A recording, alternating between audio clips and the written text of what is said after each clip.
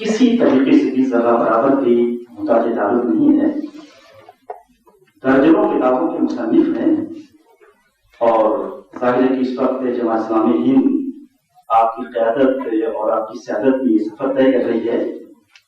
آپ کا یہ موضوع ہمارا ہے زندہ کا خاندانی نظام اور قرآن تعلیمات، اس حوالے سے خاصی تحریریں خاصی مقالات آپ کے ہیں.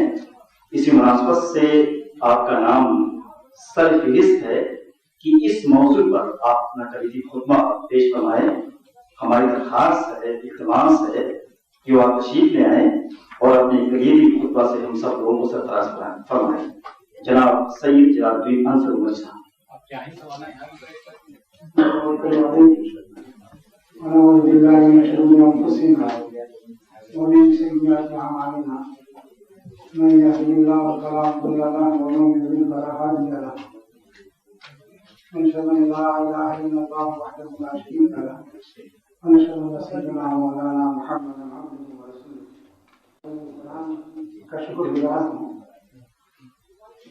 جس نے اس اہم اجلاس میں،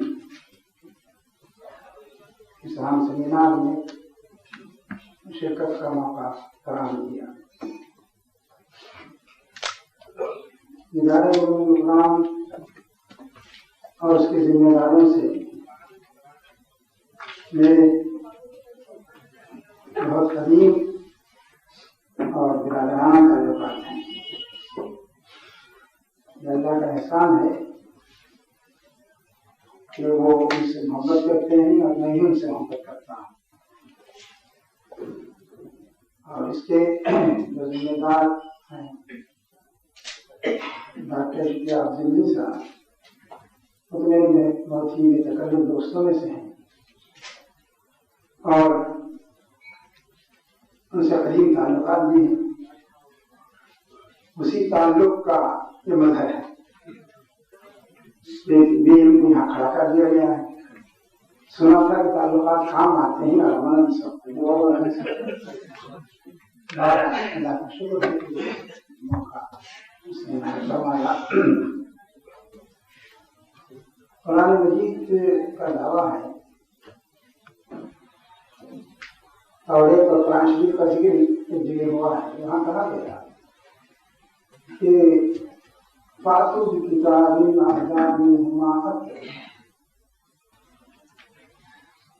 یہ اور ایک کی تعلیمات تھی، اصل تعلیمات اور قرآن کی. اس سے بہتر اگر تمہارے پاس کوئی چیز ہے تو پیش کرو، میں اس پر عمل کرنے کے لیے تیار ہوں. میرا خیال ہے اتنا بڑا چیلنج دنیا کے نہ تو کسی مفکر نے پیش کیا اور نہ کسی کتاب میں. اس سے بہتر اگر کوئی نظریہ ہے، کوئی فکر ہے، کوئی عمل ہے تو آئے سامنے. میں تو اپنی بات تمہارے سامنے رکھ رہا ہوں اور اگر وہ بہتر ہے تو میں اس پر عمل کروں گا.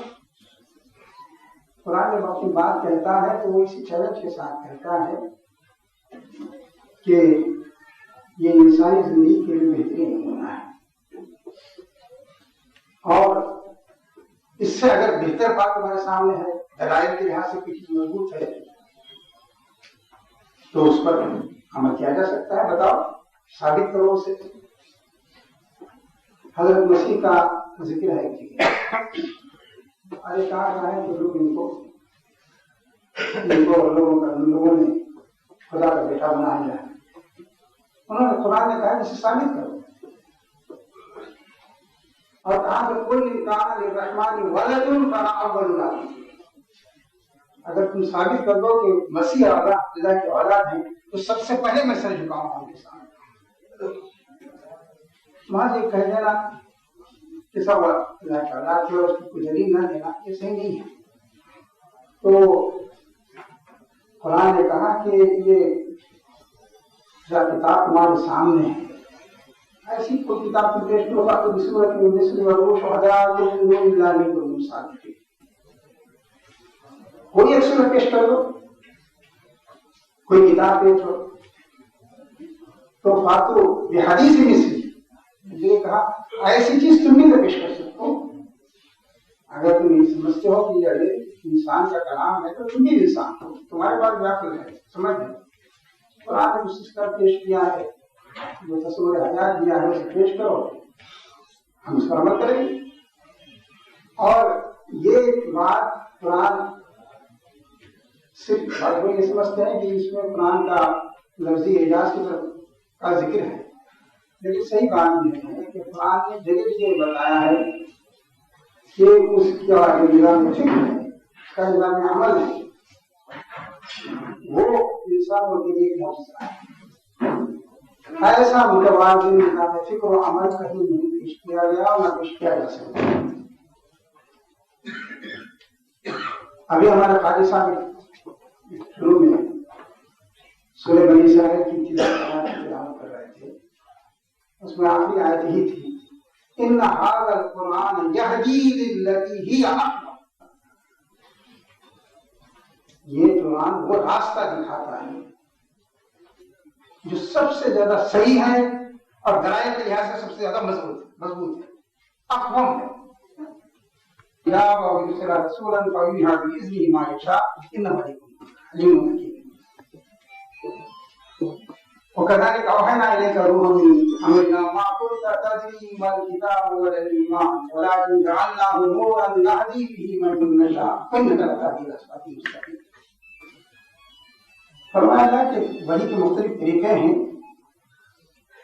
جو ذرائع علم تمہیں معلوم ہے, تمہارے پاس کوئی دلیل نہیں ہے, اس کے علاوہ کوئی ذریعہ علم اور نہیں ہو سکتا. آپ زیادہ زیادہ کہہ سکتے ہیں کہ مجھے معلوم نہیں ہے, نہ معلوم ہونا دلیل نہیں ہے, باقی کا کوئی اور ذریعہ نہیں ہے. ذرائع علم کا ذکر کرتے ہوئے کہا کہ وہی ایک اور ذریعے ساتھی ہے جو ذریعہ تمہارے پاس تمہیں حاصل نہیں ہے. اب اس کے ساتھ فرمایا گیا کہ اس کا ثبوت یہ ہے, اب یہ روشنی آئی ہے, ہر شخص دیکھ سکتا ہے کہ ایک ایسا ذریعہ علم بھی ہے جس سے انسان کو روشنی ملتی ہے, ہدایت ملتی ہے. وہ ذریعہ آپ کو مل رہا ہے. یہ اس بات کا ثبوت ہے کہ کوئی اور ذریعہ علم بھی ہے. اس کے بعد فرمایا ما كنت تدري ما الكتاب ولا الإيمان ولكن جعلناه نورا نهدي به من نشاء وإنك لتهدي إلى صراط مستقيم. اس وحی کے نتیجے میں, اس ذریعے علم کے کی وجہ سے جو فرشتے کے ذریعے آپ کو مل رہا ہے, آپ سیدھے راستے کی طرف ہدایت کر رہے ہیں. یہ دلیل ہے اس بات کی کہ کوئی اور ذریعہ علم ہے اور آپ صحیح راستے پر ہیں, یہ دنیا کو معلوم ہونا چاہیے. اس پہلو سے دنیا یہ پورا قرآن ایک چیلنج ہے. قرآن نے جگہ جگہ بتایا ہے کہ ہر نہ قیامت تک اس کا کوئی امکان ہے کہ قرآن کا جواب فراہم کر دیا جائے گا. خاندان سے متعلق بہت سی باتیں قرآن میں کہی گئی, بہت تفصیل سے اس کا ذکر ہے. ایک جگہ بڑی اہم بات کہی گئی ہے سورہ طلاق میں, طلاق کے احکام بیان ہوئے ہیں, اور وہاں دوستو مجھے اس موقع پر جو مقالہ پیش کرنا چاہیے تھا, لیکن مسلسل سفر کی وجہ سے اور کچھ اور مصروفیات کی وجہ سے میں کوئی مقالہ مرتب نہیں کر سکا, جس کے لیے میں اپنے دوست اشتیاق زیدی صاحب سے اور ادارے علوم قرآن کے ذمہ داروں سے معذرت خواہ ہوں. البتہ تعارف کے طور پر, موضوع کے تعارف کے لیے بعض باتیں میں نے نوٹ کر لی ہیں, اس کا کچھ تھوڑا سا ذکر آپ کے سامنے ہوگا. یہ محض تعارف ہے. سیمینار میں جیسے مختلف مسائل چھیڑے جاتے ہیں جس کی وجہ سے گفتگو ہوتی ہے, اس طرح کا کوئی مقالہ میں مرتب نہیں کر سکا. یوں سمجھے کہ عمومی تعارف ہے اس موضوع کا.